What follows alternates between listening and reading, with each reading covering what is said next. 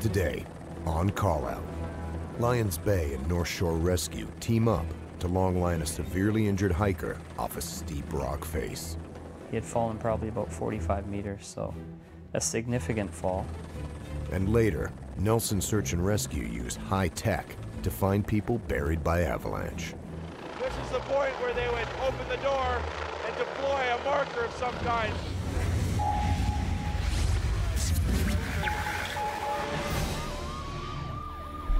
Wednesday, 10:41 a.m. Lions Bay Search and Rescue was called out for a hiker who has fallen while climbing the West Lion, one of two very challenging and popular local mountains visible from downtown Vancouver. Frédéric Perrier, an experienced mountaineer from France, has tumbled backwards, smashing his way down a very steep, rocky ravine. To be a very fast response, it's almost certainly a medical rescue. And the number one job is, can we get a helicopter? Can we get paramedics? Lions Bay contacts North Shore Rescue, who specialize in helicopter longline rescues in mountainous terrain. When we get that kind of information, we just automatically alert our helicopter flight rescue team on the pager system, and then they call their availability in, because we are volunteers. So we have to get people in a position to be ready to go. The SAR teams converge at the staging area, a sports field beside the Lions Bay Elementary School. While the plan is to access the subject by helicopter, ground personnel are standing by to hike in if necessary. Search and rescue operations demand that you always have a plan B. My job was to coordinate the helicopter rescue and also mentor another coordinator in training, Mike Danks. The helicopter takes off with trainee coordinator Mike Danks. They will do a reconnaissance of the lions and locate the injured hiker. On the way, selecting an emergency landing zone, as well as an alternate landing zone to the Lions Bay field, should bad weather or other problems occur during the rescue. We made our way up to the lions, and as we made our way around the north side of the West Lion, we spotted the subject right away. He had fallen probably about 45 meters, so a significant fall. We made a call right then that this was going to be a HETS rescue. He would need to be HETS extricated. And what's the next plan? Come back to your location and rig. They're going to do... Okay, copy. We're calling now for the medevac chopper on what's called auto launch. So at the same time that's happening concurrently, Mike is now coming back to the landing zone with his rescue plan. So he presents it to me and we agree to it, and then we go with the rescue plan. What line do you want to use, Mike? We'll be using a 150 and we're going to shut down the rig. Now the situation is clear. The subject is seriously injured. He will be long-lined out of the ravine to the Lions Bay field, then transferred to an air ambulance and taken directly to the hospital. The team prepares the HETS line. Okay, break 99. I'm going over the plan with the coordinator. Longtime North Shore Rescue leader Tim Jones keeps an eye on Mike as he coordinates the mission. Like many SAR teams, North Shore Rescue's highly experienced older members are looking to pass the torch on to the younger ones. However, there is little room for error when it comes to a helicopter longline rescue. Everything's one single point of attachment. So if anything goes wrong, it's catastrophic. There's no safeties. There's no backups. So everything you do has to be very directed towards risk analysis. The person most responsible for planning the mission and making sure everything goes smoothly during the longline extraction is the HETS coordinator. He's got a screamer suit up there. Coordinator has to be someone who can get point A to B.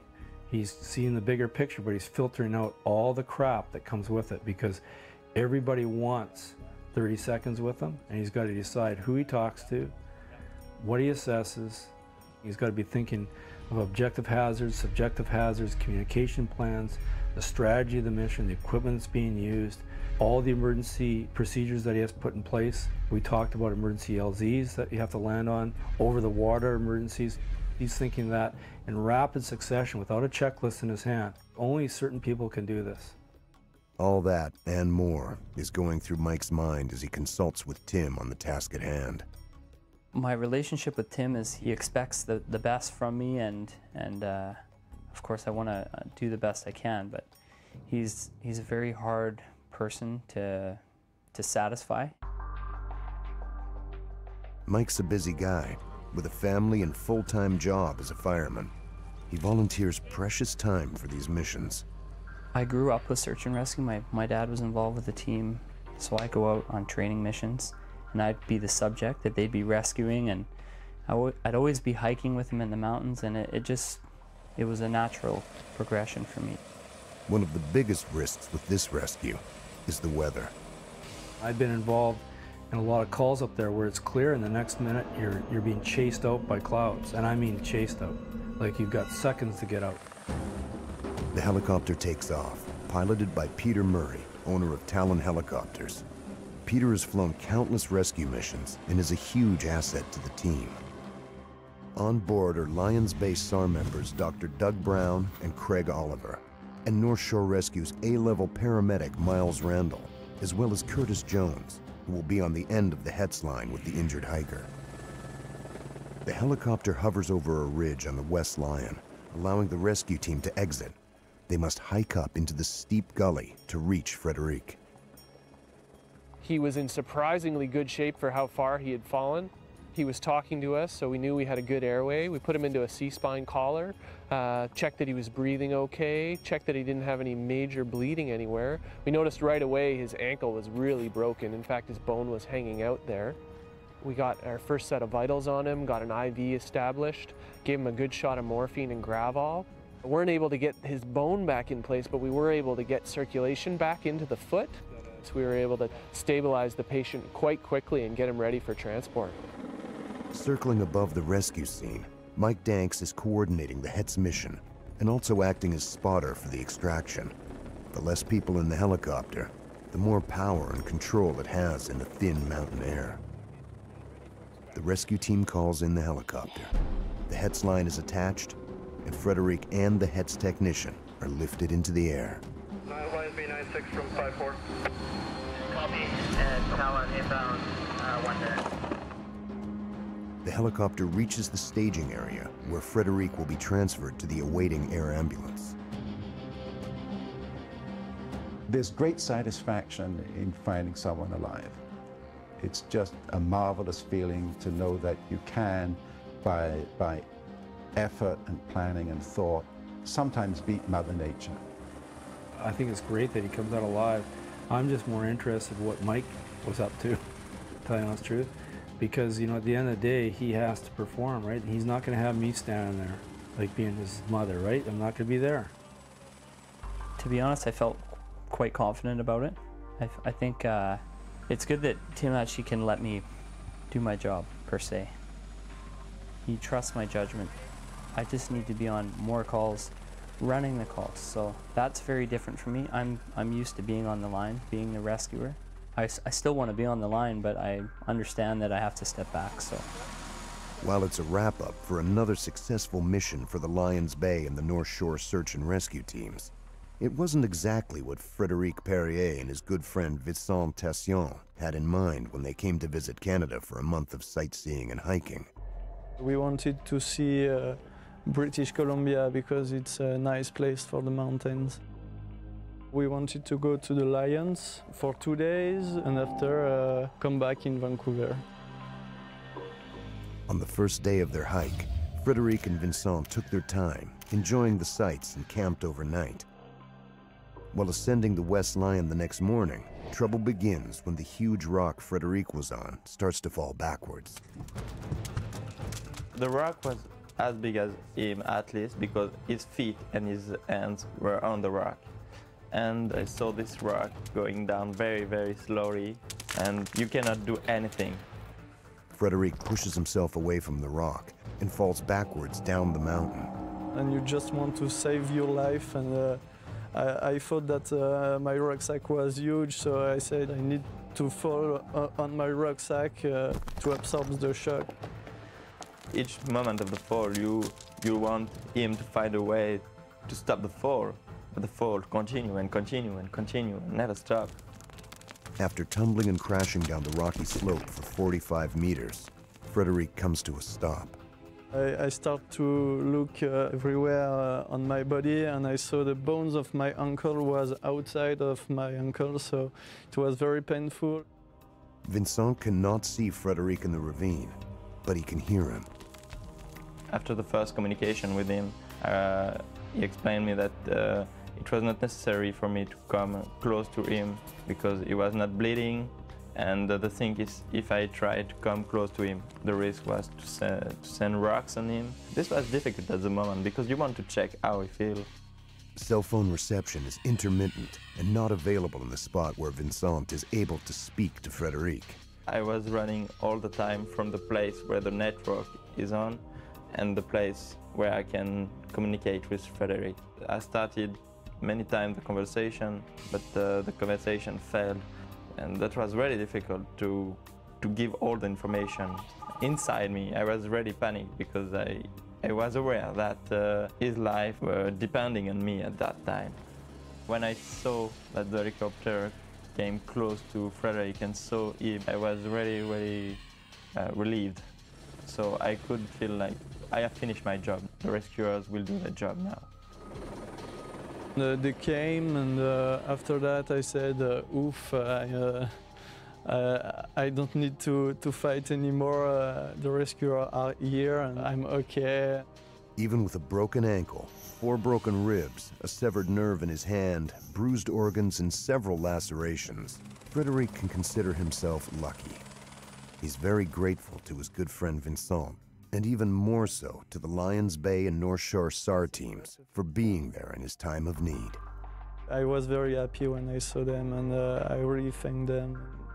As Frederic returns home to France to fully recover from his injuries, the Lions Bay and North Shore rescue teams continue to hone their skills in preparation for the next call-out. Learning from all the other guys on the team that have a lot of experience, I've watched what they do, and I'm trying to take in the best part of each of those people. And I think in the end, if you can stay calm and just go with your experience and your knowledge, I think you're going to be successful. I feel that he'll be ready in a year. He's been successful in all his calls, just doesn't have the volume. So once he's finished, then we're going to pick somebody else. And so myself and the other coordinator, by the time we're finished, by the time we're in our mid-50s, we're going to have 2 coordinators, we feel in their mid-30s, who will be taking over from us. That's our goal. That's our succession. Now, Nelson SAR tests a high-tech search device that helps find people buried by avalanche. Where they are right now is what as close as they could get to where a subject would be.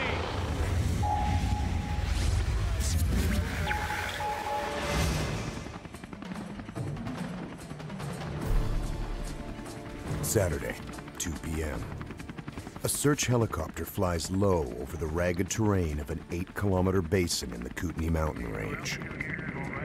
On board, a team of SAR members scans the mountainside while listening closely in their headsets for the telltale beep of an avalanche beacon. Somewhere beneath this immense sheet of snow, there's a snowboarder carrying a piece of hardware that just might save his life. This scenario repeats itself often in the rugged mountains of British Columbia. Search and rescue teams have to be ready and well-equipped. A group of SAR members from across BC is gathered at the Nelson Fire Hall. They're training to use a high-tech search device, the BerryVox, a helicopter-mounted transceiver unit that detects avalanche beacons from the air. By the end of today, they'll have a feel for the meticulous way this device is used. So what we're doing here today is we're evaluating a new avalanche rescue technology that dramatically reduces the risk to rescuers from responding to avalanches. And we're going to see if this type of equipment is going to be something that we're going to implement as a standard practice in other areas of the province. British Columbia has more avalanche accidents than the rest of the country combined. Finding people buried in the snow is a race against time. We are trying to get faster and faster as, you know, a buried victim without air. Time is of the essence. So this latest, greatest, faster technique could pan out to save lives for sure. When you're caught in an avalanche, you're a needle in an enormous haystack. If you're carrying a beacon, your chances are greatly improved. Right now, ground search teams carry transceivers to locate an avalanche victim's beacon signal, but it's slow work. And helicopters are only able to visually scan the avalanche aftermath. There's a number of times that we've used transceivers for searching for buried avalanche victims. It's another method. Dogs are of use, and of course probe lines and physically probing the snow is of value. This hopefully will be a faster method to affect the rescue of a buried avalanche victim. The BuryVox unit adds the speed and versatility of a helicopter to the radio capabilities of a transceiver. It transmits a beeping noise to the helicopter crew's headsets when it locates a missing person's beacon. As they get closer to a beacon, the beeping gets louder. Sounds pretty straightforward, but there's a lot of nuance to it. That's why the designer of the device has flown in from Switzerland to train these SAR members. This is a training device. I can activate by radio the search targets in the field, and that allows the training to be much more efficient. While I'm sitting in the cockpit, I can change to different search scenarios. So it's a very versatile training tool. After spending the morning going through the BuryVox theory with Manuel, the teams now begin practical testing, using the device on the ground first. As soon as it becomes weaker, you make a 90-degree turn. Started off almost a bluebird morning, and we've turned into a bit of a squall here with some snow. So our main plan was to go to altitude and actually work this tool in the environment that we'd be using it in, but got to do it with what Mother Nature deals you out, eh? The BuryVox system requires a grid search. The helicopter makes full passes 150 meters apart over the avalanche site until a signal is heard. When the signal begins to weaken, they make a 90-degree turn and continue. The signal will pick up. This is repeated until they pinpoint where the signal is strongest. Then, a marker is dropped for the ground crew to pick up the search. The weather is going to limit the exercise to the Nelson airstrip. So now we've done most of our field work here. We're actually going to get airborne and start doing some search patterns with some of our trainees here and actually look for subjects. What we're using is these little portable systems. There's actually about 8 of them. These cases contain beacons that can be remotely activated by Manuel. They're placed along the grid pattern for the trainees to discover in this exercise. A crew consisting of the pilot, Manuel, and 2 trainees takes off. The BuryVox system picks up beacons within 150 meters, so the search requires a tremendous amount of concentration from the search team and especially the pilot. Manuel sets off a beacon. The crew actively listens for the beep. They hear it. They have to stay off the radio so they can continue to monitor the beacon. A search member will give the pilot directions using only hand signals.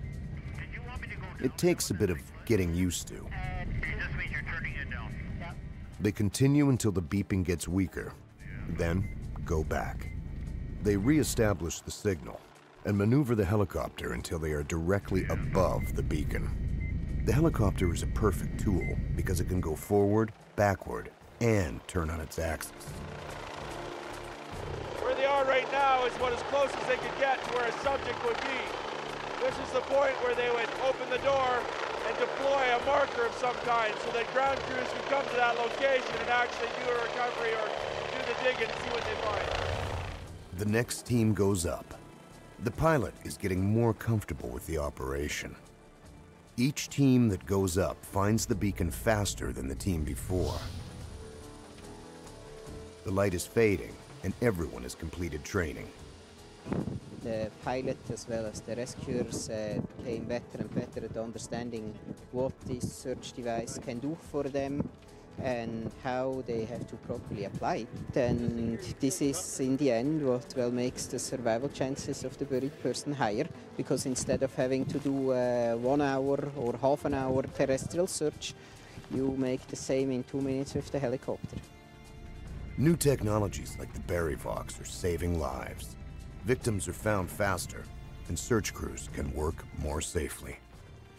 everybody got a good real bit of experience on it, and the pilot came around really well with it too. It just seemed like that. Just need to get into altitude now into the train and use it in a real situation. Indeed, a real avalanche situation, with search teams somewhere up above, listening. Callout Search and Rescue features real stories filmed live by search and rescue teams during actual missions.